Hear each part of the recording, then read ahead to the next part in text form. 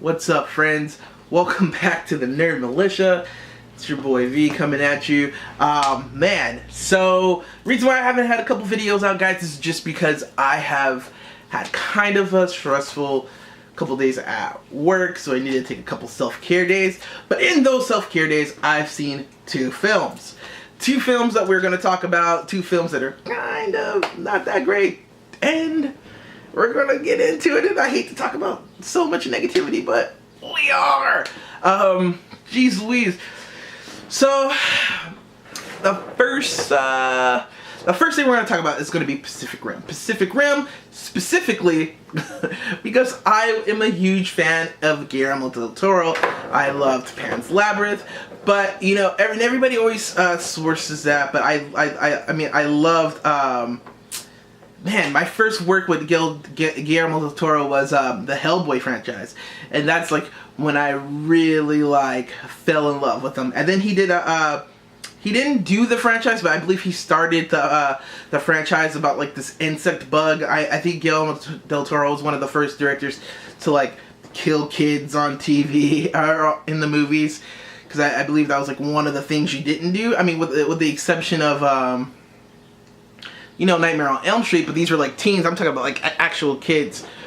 But I've gone back and watched a lot of his work. I just love his work, man. I think he's like one of my favorite complete directors of all time. That being said, I am the hugest Pacific Rim fan. I mean, I don't know if you guys know what Peppercore is, but one of the things that really got me into like building like these Iron Man suits and stuff like that was Pacific Rim and how you do it. Peppercore is just like origami, and like you take these pieces of paper, you cut them out, and then you glue them and you cast them, all that good stuff, and you make a suit of armor. Well, I really wanted to make the not the Jaeger, not the robots, but like the suits that they wear. And so that's really what got me into that Guillermo del Toro, man, and that was pretty cool. So my self-care days, day one, I'm like, man, Kylo, can you not do that? He's like trying to eat my computer right now, so he's so rude. And then there it is. Maleficent. But anyways, like I was like, all right, cool, I'm gonna go see this movie. Oh man, this is gonna be it's gonna be the greatest. And my greatest worry, and I believe I probably said it in one of my early videos when I saw the trailer, with the introduction of this girl, the little girl, I don't know the actress's name, but the girl who builds a Jaeger. Man, guys, I just love this film so much. I loved the first one so much, and I don't know what happened. I don't get it. I mean,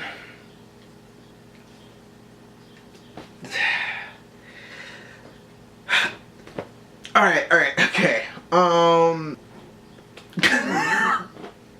so sorry. This is how disappointed I am in this film. Alright, so earlier on, I remember saying that, like, and you know what? This is actually going to be. I'm gonna review these two movies because I feel like they similarly made the same mistake, and that mistake was looking at the other guy's screen.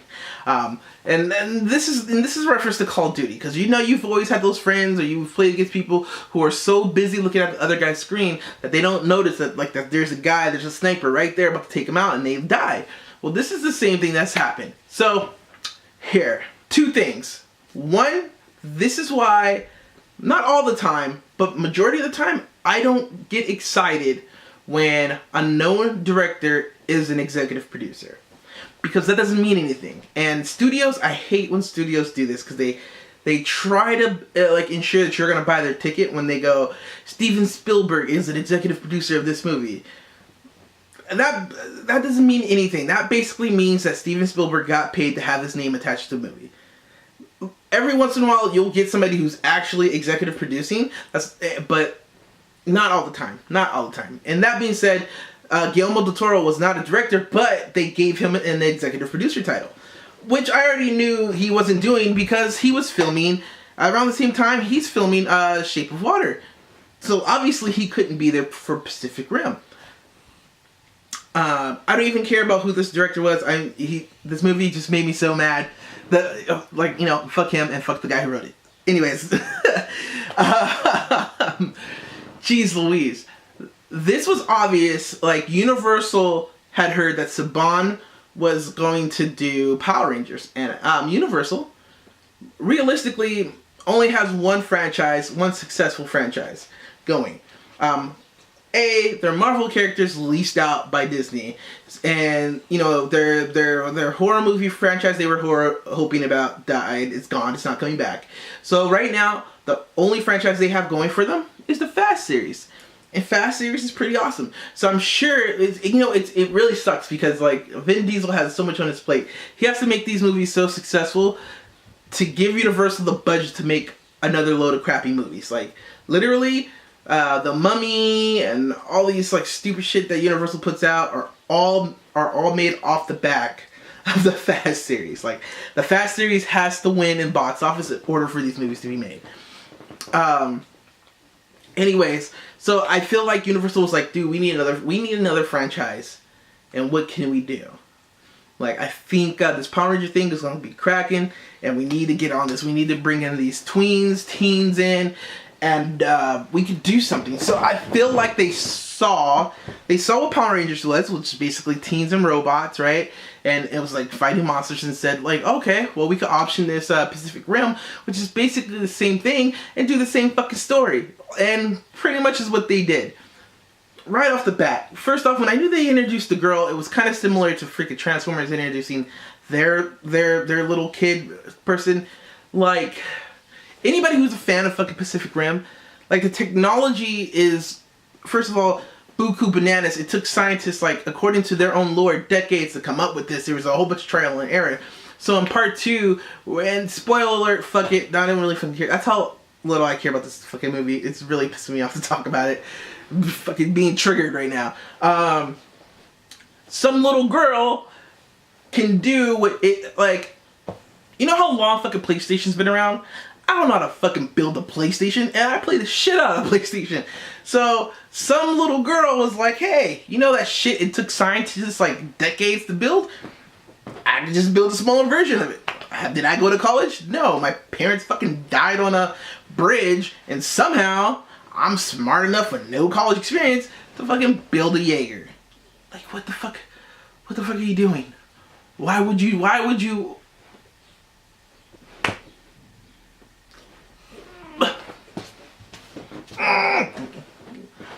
do that?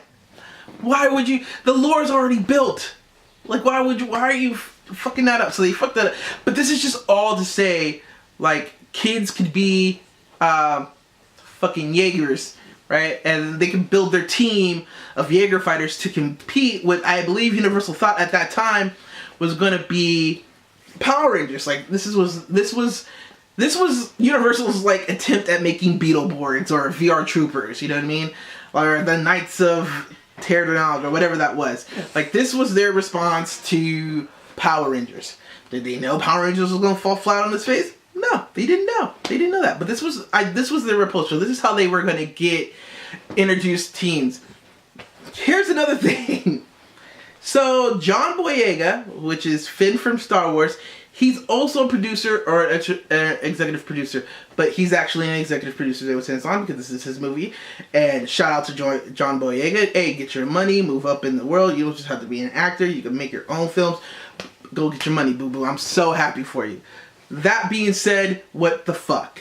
Like, it was like, literally, there are shots in this film and there are storyline plot points that are like totally ripped off from Star Wars. Like, I couldn't, like, it was like John Boyega was like, hey, you know what the fuck worked in Star Wars? This scene. Let's fucking shoot it. And people are like, fuck it. He's the new hotness. Let's fucking do it. Fuck it. Like, literally, what was it? John Boyega referenced the fact that, like, he's too old to be, like, oh, he had in a meeting with, John Boyega plays, Pentecost. If you guys remember who Pentecost was, it was Idris Elba's character. He plays his son. It's making Marco his sister.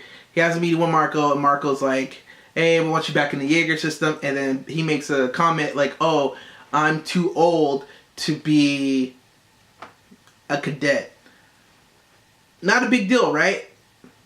It's not a big deal until you consider that the Jaeger program was built upon the military program, which last time I fucking checked doesn't bring in 12-year-olds. So this is something that was brought in from like Star Wars, where it's like you gotta be a youngling to be considered a fucking Jedi. Like you can't come in at 18, 19. You have to be a little ass kid, and that's what happens in this film. Like they bring in like little ass kids, it doesn't even make sense as a state. Like, so you're gonna bring in kids to try to fight Jaegers, and it's just not gonna. It doesn't work. Why would you want kids to get murdered? Like that doesn't make fucking sense. P.S. Kids get fucking murdered. Like, ah, oh my god. And then the ending scene. Before we get there, let me just say the villain was a brilliant idea. I like the idea of Newt coming in and becoming the villain. How that happened. That I feel like that aspect of that script was taken from Guillermo del Toro. I honestly feel like that was just too good of an idea to whoever took over the writing to come up with, because this was just so shitty. So I feel like that was an idea that came over and they fucked that up too. But anyways, once Newt has been captured, literally, I promise you guys, from John Boyega's character walks in to basically tell him, hey, we're never gonna back down from your people. We're gonna keep coming back. The door sliding up, the angle shot by shot, frame by frame, the scene where Rey is being sat in the chair and fucking Kylo Ren walks in. Like, this dude was just like, whatever worked in Star Wars, I'm gonna put into this, and that's gonna make sure that it succeeds. Fucking no. So the whole issue in this movie was Universal is looking at somebody else's playbook and fucking just dropped a brilliant franchise, man. There was and it didn't even carry over the beautiful art that Guillermo del Toro did. Like, if you have the movie, you go watch behind the scenes, and he goes in he was hands on designing the Jaegers. He was hands on in designing the Jaeger hangar, everything.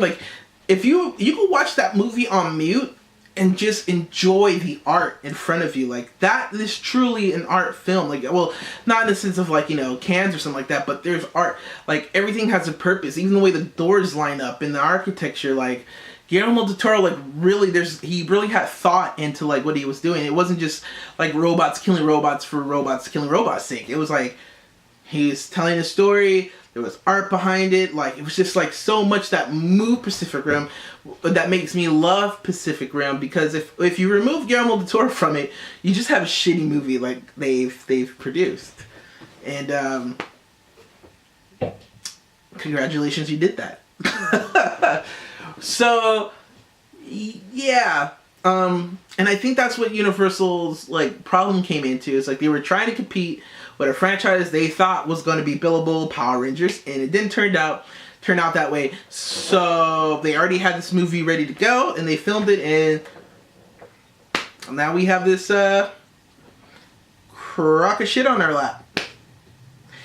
And that's fucking Pacific Rim 2. Alright. So the other movie we're going to talk about is the movie that the director Ava, last name, I don't remember how her last name is pronounced, so I'm not going to say it. But her name's Ava. She produced Wrinkle in fucking Time. That movie was it was a movie. It wasn't an entire shit show. The young actors in that were phenomenal. They were good. It was just a movie, and it's been flopping, and it's not going to do that great. But I bring this up again because Warner Brothers, of course, is now playing the part of okay, we're going to look at somebody else's playbook, and it's I don't even know as an American that happens to be black or African American, however you want to, put whatever category you want to put me in, all up to you. What are you doing, Kylo? Anyways, whatever category, whatever box you feel comfortable putting me in, I would just, like, no box really, but, I feel like this was, like, DC, like, oh, man, you know, freak, Black Panther hit $1 billion by itself, and they had a black director and black writers. So we gotta capitalize on this new blackness, y'all.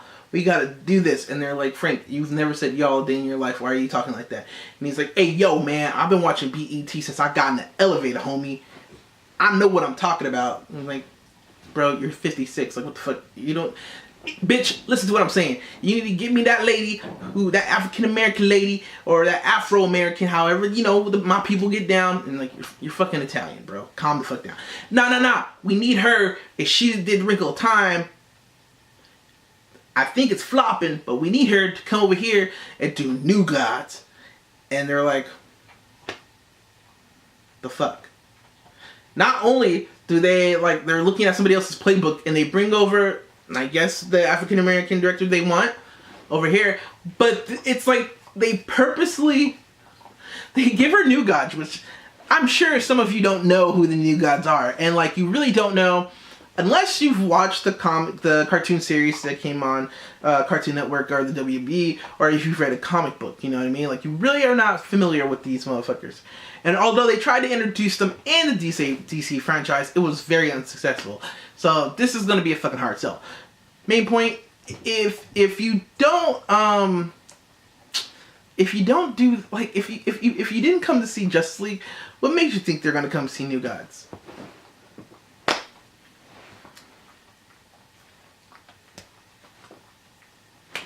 And this is what DC's problem is. Like, they don't have any direction. They're too busy looking at other people's playbooks to figure out where they want to go.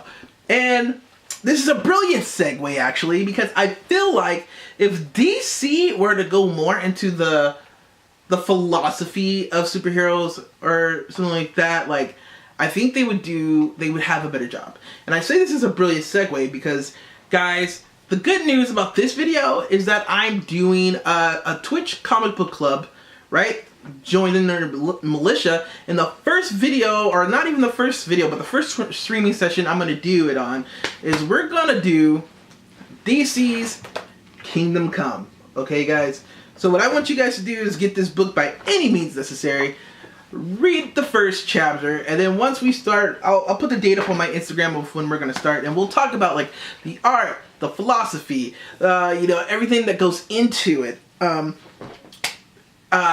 like, I really felt like DC, or at least Zack Snyder, should have based his DC universe off of this instead of, like, obviously he was a fan of the Frank Miller bullshit, so he decided to go that route, but I feel like the philosophy within Kingdom Come would have been more brilliant on film. So, guys, look out for that, and if you want to join me, go ahead and do that. Don't forget to like and subscribe and comment on this.